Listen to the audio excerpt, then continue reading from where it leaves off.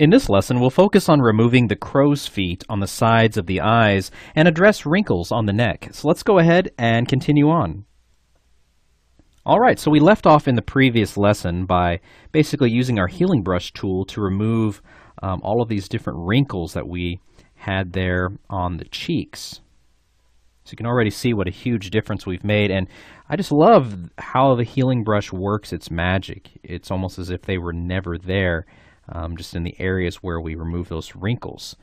So I want to now focus on these crow's feet right here on either side of the eyes, on the outer edges of the eyes basically. And I figured while we're at it, before we forget, I also want to kind of clean up the neck area as well. I think that would be an easy area to kind of forget about as we begin to become even more entrenched here in the face. So I'm going to go ahead and make a new layer here. We'll go back to our good old trusty healing brush tool. And basically, I want to go ahead and just remove these crow's feet. Now again, my objective in this case is I'm pushing to have this man appear as if he's late 30s, close to 40. Okay, and so to achieve that, I really just want to get rid of those crow's feet. Now, again, would you need to take a portrait back that far? Let's say you're working in a portrait studio and you're retouching an image that you've taken of a client that's maybe in their kind of early to mid 50s, as I kind of guesstimated there at the beginning. You probably wouldn't need to completely remove these crow's feet.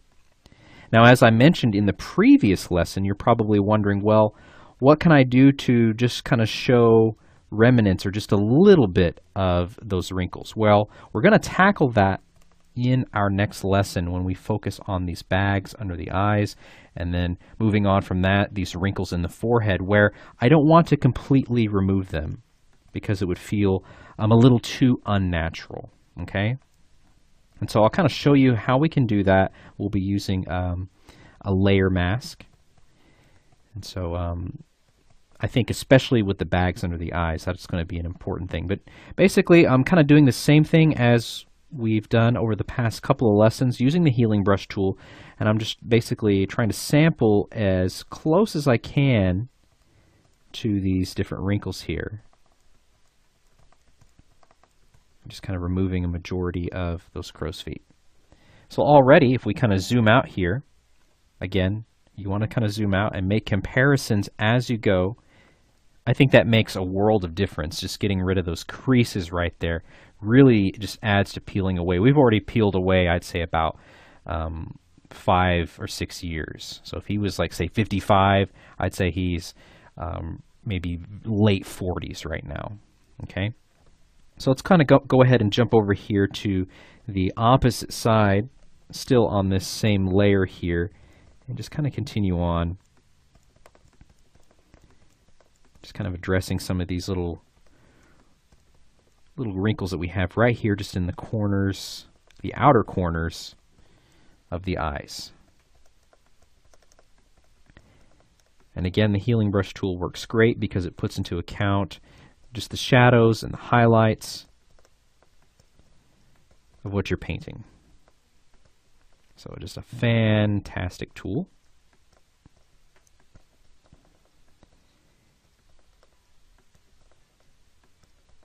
Just kind of getting in these little fine knit areas right in here.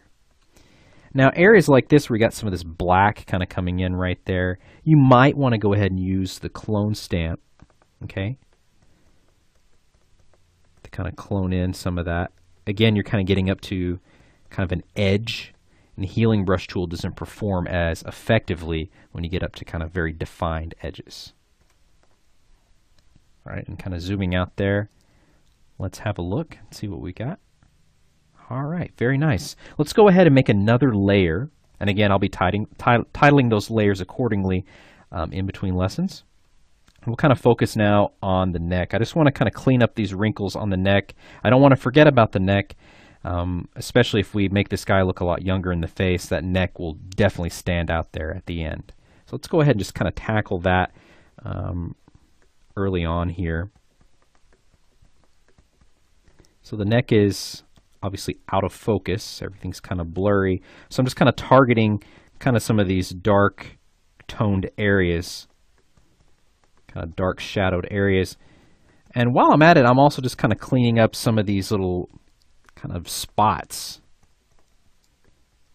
Kind of little red spots that I can kind of faintly see in there, even though they're blurred out. Just kind of addressing some of those as well. Just, again, more skin blemishes that I want to go ahead and kind of remove. So again, just kind of tackling that there and working our way around. So as I kind of, for these types of wrinkles, I'm just kind of following, sometimes kind of right in behind or slightly above. Kind of a little bit of both, really,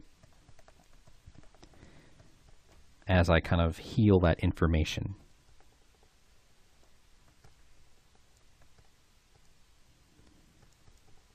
And again, just holding down Alt to sample from those different areas. All right, let's go ahead and zoom out one more time. All right, so I think that helps a lot too. Okay, so in our next lesson, we're going to move on and we're going to start talking about these bags under the eyes. We've spent a few lessons now just kind of getting acquainted, kind of getting our feet in the water here using the healing brush tool. And we can already see just some of the big changes that we've obviously made. But we're going to start talking about these bags under the eyes and kind of how we don't want to completely remove them. Same thing with these wrinkles on the forehead. We'll kind of talk about how we can remove them slightly, and we're going to be using a layer mask to kind of help us do that. So stick around, and we'll go ahead and kind of continue on turning back time for this gentleman. So we'll see you then.